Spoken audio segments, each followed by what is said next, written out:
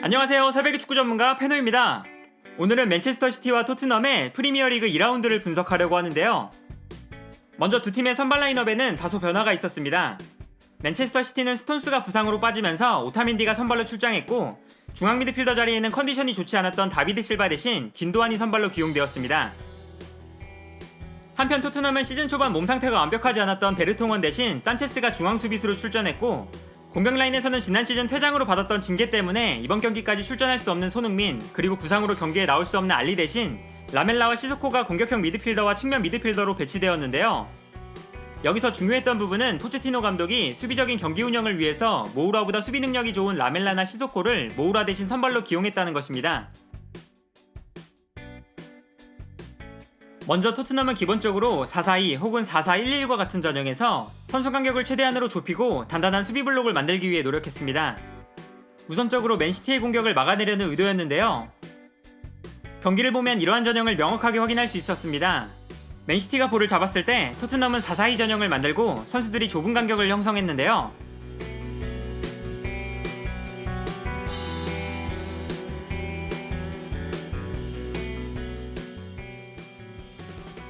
하지만 여기서 주목해봐야 하는 것은 맨시티는 상대가 단단한 수비 블록을 형성했을 때 상대 수비 조직을 무너뜨리는데 굉장히 능숙한 팀이라는 것이었습니다. 먼저 맨시티의 공격 전형을 살펴보면 측면 공격수들이 좌우 측면으로 넓게 배치되고 그 사이 공간으로 중앙 미드필더들이 높게 올라가면서 공격 숫자를 늘려주게 됩니다. 그리고 중앙 미드필더들이 높은 지역까지 올라갔을 때 좌우 풀백들이 중앙으로 움직이는데요. 보통 왼쪽 풀백인 진첸코가 중앙으로 움직여서 중원 공간을 채워줄 때가 많고, 오른쪽 풀백인 워커는 3백을 형성하다가 상황에 따라서 중원을 도와주는 역할을 맡고 있습니다. 이번 경기에서도 이러한 특징을 확인할 수 있었는데요. 이 장면을 보면 맨시티가 볼을 전개할 때 진첸코가 중앙으로 움직여서 로드리와 함께 중원 라인을 형성하고 있는 것을 볼 수 있습니다. 그리고 진첸코와 로드리가 후방에 있기 때문에 균도안과 데브라이너가 높은 지역까지 올라가 있는 모습인데요. 따라서 맨시티의 공격 전형을 보면 아구에로를 중심으로 좌우 측면에 스털링과 베르나르도 실바가 넓게 위치하고 그 사이로 균도안과 데브라이너가 전진해 있는 것을 볼 수 있습니다. 결과적으로 토트넘의 수비 조직이 형성되어 있을 때 맨시티는 최전방에 5명의 공격 라인이 배치되어 있고, 후방에는 진첸코와 로드리가 중원에, 그리고 때때로 워커까지 중원으로 전진해 있는 장면이 나타났습니다. 그리고 이러한 공격 전형에서 맨시티의 가장 주요한 공격 패턴은 측면 공격수가 측면으로 넓게 움직일 때 상대의 측면 수비수가 끌려 나오면 상대의 측면 수비수와 중앙 수비수 사이로 미드필더들이 침투하는 것입니다. 이번 경기에서는 데브라이너와 균도안이 이 역할을 맡았는데요. 그러나 여기서 문제는 다비드 실바 대신 출전한 균도안이 공간으로 침투하는 역할에 서투른 모습을 보여줬다는 것입니다. 따라서 균도안이 위치한 왼쪽 측면에서는 맨시티의 공격이 원활하게 이루어지지 못했고, 맨시티는 베르나르도 실바와 데브라이너가 위치한 오른쪽 측면을 중심으로 공격을 전개했습니다. 결과적으로 맨시티의 공격은 무게중심이 한쪽 측면으로 쏠려있는 상황이었는데요. 그럼에도 불구하고 베르나르도 실바와 데브라이너는 토트넘의 수비를 무너뜨리는 데 성공했습니다. 기본적으로 토트넘의 수비가 맨시티의 공격 패턴에 제대로 대처하지 못하는 모습이었는데요. 먼저 맨시티는 베르나르도 실바가 볼을 잡을 때 토트넘의 왼쪽 측면 수비수인 로즈가 측면으로 움직이면 데브라이너가 로즈의 뒤로 침투하면서 토트넘의 측면을 공략했는데, 이때 토트넘은 데브라이너를 중앙 수비수가 따라갈 것인지 아니면 중앙 미드필더 혹은 측면 미드필더가 따라갈 것인지 명확하게 정해지지 않은 모습이었습니다. 그리고 여기서 토트넘 선수들이 데브라이너를 따라가는데 혼선이 생기는 순간 데브라이너는 여유롭게 측면에서 볼을 받을 수가 있었고, 여기서 페널티 에어리어 안으로 좋은 크로스를 보내줬는데요. 이번 경기에서 맨시티의 공격 장면을 보면 이러한 공격 패턴을 명확하게 확인할 수 있습니다. 베르나르도 실바가 볼을 잡을 때 로즈가 베르나르도 실바를 수비하게 되는데, 이때 데브라이너가 로즈의 뒷공간으로 움직이는 모습인데요.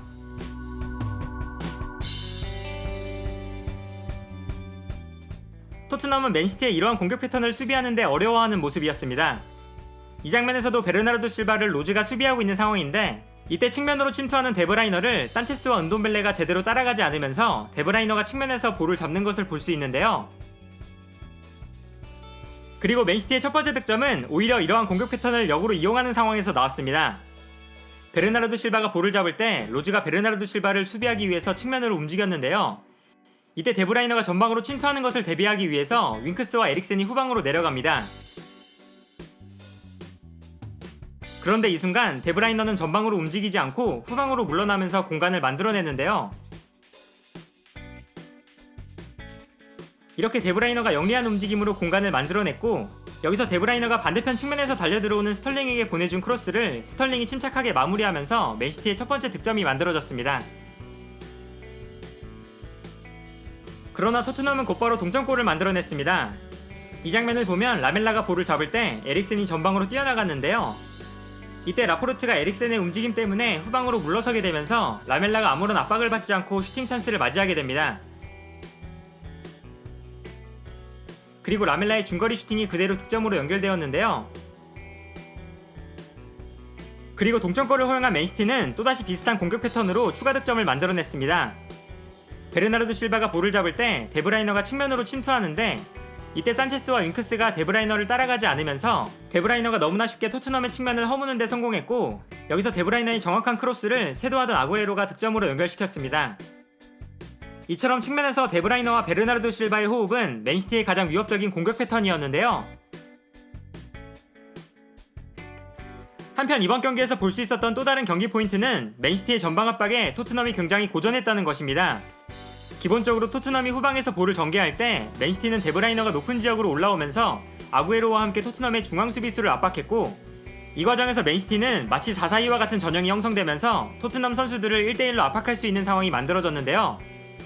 이때 맨시티는 수비 라인을 높게 끌어올려서 토트넘을 강하게 압박하는 모습을 보여줬습니다. 따라서 경기를 보면 토트넘이 후방에서 볼을 전개할 때 데브라이너가 높은 지역까지 올라와서 아구에로와 동일선상에 위치하고, 결과적으로 아구에로와 데브라이너 그리고 스털링과 베르나르도 실바가 전방에서 토트넘을 압박하는 모습을 보여줬습니다. 그리고 이처럼 맨시티가 토트넘을 높은 지역에서 압박할 수 있었던 가장 큰 이유는 토트넘의 공격진에 손흥민이나 모우라처럼 전방으로 침투하거나 볼을 가지고 빠르게 달려갈 수 있는 선수가 없었기 때문입니다. 그만큼 맨시티는 토트넘을 높은 지역에서 압박해도 수비 뒷공간에 대한 부담감이 줄어들기 때문에 수비 라인을 높게 끌어올릴 수 있었던 것인데요. 그나마 시소코가 볼을 가지고 전진하면서 역습을 시도하는 장면을 몇 차례 보여줬지만 그렇게 위협적인 장면을 만들어내지는 못했습니다. 또한 토트넘의 중원 라인이 경기 내내 맨시티의 압박을 풀어내는 데 실패했다는 것도 맨시티가 토트넘을 성공적으로 압박할 수 있었던 이유 중 하나였습니다. 후방 빌드업 상황에서는 중앙 미드필더가 볼을 안정적으로 받아줄 수 있을 때 중앙 미드필더를 중심으로 다양한 패스 루트를 만들어낼 수가 있는데요. 이번 경기에서 토트넘은 중앙 미드필더로 출전한 은돔벨레와 잉크스가 맨시티의 압박에 볼을 안정적으로 소유하지 못하면서 토트넘은 후방에서 볼을 전개할 때 중원으로 볼을 보내줄 수가 없었고, 결과적으로 토트넘의 수비 라인은 볼을 전방으로 전개하지 못하고 맨시티의 압박을 강하게 받을 수밖에 없었습니다. 그리고 토트넘은 이러한 문제를 해결하기 위해서 에릭센이나 라멜라가 종종 후방으로 내려오는 모습을 보여줬는데, 이 두 선수 역시 맨시티의 압박을 효과적으로 풀어내지는 못했다는 것이 아쉬웠는데요. 이 장면을 보면 토트넘의 후방 빌드업 상황에서 은돔벨레가 중원에서 볼을 받을 때 맨시티의 압박에 볼을 빼앗기는 모습인데요. 이 상황 또한 마찬가지입니다. 윙크스가 맨시티의 압박에 막혀서 볼을 받아주지 못하기 때문에 토트넘의 수비 라인은 볼을 전방으로 보내지 못하고 수비 라인에서 볼을 돌리는데요. 이때 토트넘의 수비 라인은 맨시티 선수들의 전방 압박을 받을 수밖에 없습니다.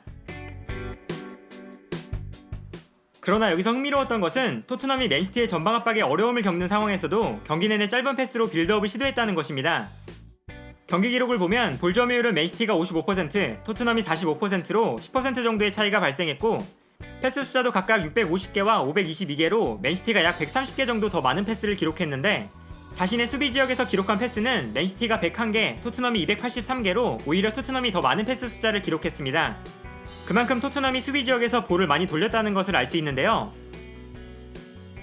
또한 두 팀의 패스맵을 봐도 맨시티는 경기장의 높은 지역에서 패스가 이루어지는 것에 비해서 토트넘은 낮은 지역에서 패스가 이루어지는 것을 볼 수 있고, 특히 수비 라인에서 굉장히 많은 패스를 주고받았다는 것을 볼 수 있었습니다. 그리고 이렇게 토트넘이 경기 내내 수비 지역에서부터 짧은 패스로 볼을 전개하는 것을 고집하면서 토트넘이 수비 라인에서 볼을 소유하고 있다가 볼을 전개하는 과정에서 맨시티에게 볼을 빼앗기는 장면이 반복되었는데요. 그러나 맨시티가 경기를 주도하는 흐름에서 토트넘은 후반전 10분 단 한 번의 코너킥으로 경기를 동점으로 만드는 데 성공했습니다. 맨시티의 허술한 코너킥 수비가 이번 경기에서도 또다시 문제가 되었는데요.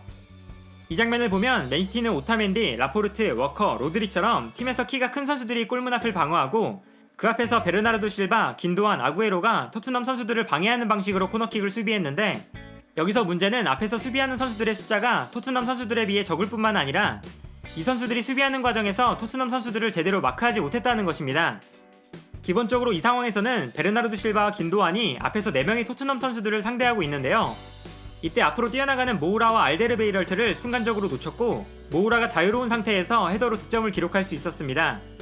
맨시티의 아쉬운 코너킥 수비가 또다시 드러난 순간이었고 모우라가 교체 투입되는 상황에서 포체티노가 모우라에게 코너킥 상황에 대한 지시를 했다고 알려진 것처럼 포체티노의 용병술이 빛난 순간이었는데요. 하지만 토트넘이 동점골을 기록한 이후에도 맨시티가 경기를 주도해 나갔습니다. 맨시티는 제주스, 다비드 실바, 마레즈를 순차적으로 투입하면서 공격진에 변화를 줬고 추가 득점을 계속해서 노렸는데요. 특히 다비드 실바가 투입되면서 원활하게 이루어지지 못했던 왼쪽 공격을 활성화시키려고 노력했습니다. 그러나 시간이 지날수록 맨시티의 공격은 위력을 잃기 시작했는데요. 오른쪽에서 맨시티의 공격을 주도했던 데브라이너가 조금씩 지친 모습을 보여줬다는 게 가장 큰 이유였습니다. 활발한 전방 침투로 공격 찬스를 만들어냈던 데브라이너의 움직임이 다소 둔해지면서 후반전에는 맨시티가 오른쪽에서 좋은 공격 찬스를 만들어내는 빈도가 확연하게 줄어든 모습이었는데요. 경기 기록을 봐도 데브라이너는 전반전에 오른쪽 측면에서 키패스를 4개 기록했는데 후반전에는 오른쪽에서 키패스를 단 한 차례도 만들어내지 못했습니다. 여기에 더해서 왼쪽 라인에 교체 투입된 다비드 실바가 좋은 모습을 보여주지 못하면서 맨시티는 경기 주도권을 잡고 있었지만 좌우 측면 모두에서 좋은 공격 작업을 보여주지 못했는데요. 경기 종료 직전 맨시티는 극적으로 골망을 갈랐지만 라포르트의 핸드볼 파울이 선언되면서 득점이 취소되었고 결국 경기는 2대2 무승부로 마무리되었습니다. 결과적으로 맨시티 입장에서는 압도적으로 경기를 주도하고도 승리하지 못했다는 것이 아쉬운 경기였습니다. 특히 맨시티는 30개의 슈팅, 토트넘은 3개의 슈팅을 기록했는데 슈팅 숫자에서 엄청난 차이가 날 정도로 맨시티가 경기를 주도했지만 경기를 승리로 이끌지 못했다는 것은 분명 아쉬운 결과였습니다. 반면 토트넘 입장에서는 경기력이 다소 만족스럽지 못했지만 단 3번의 슈팅으로 2골을 득점했고 경기를 무승부로 마무리 지었다는 점에서 굉장히 효율적인 경기가 아니었나 하네요. 오늘 영상은 여기까지고요. 시청해주셔서 감사합니다.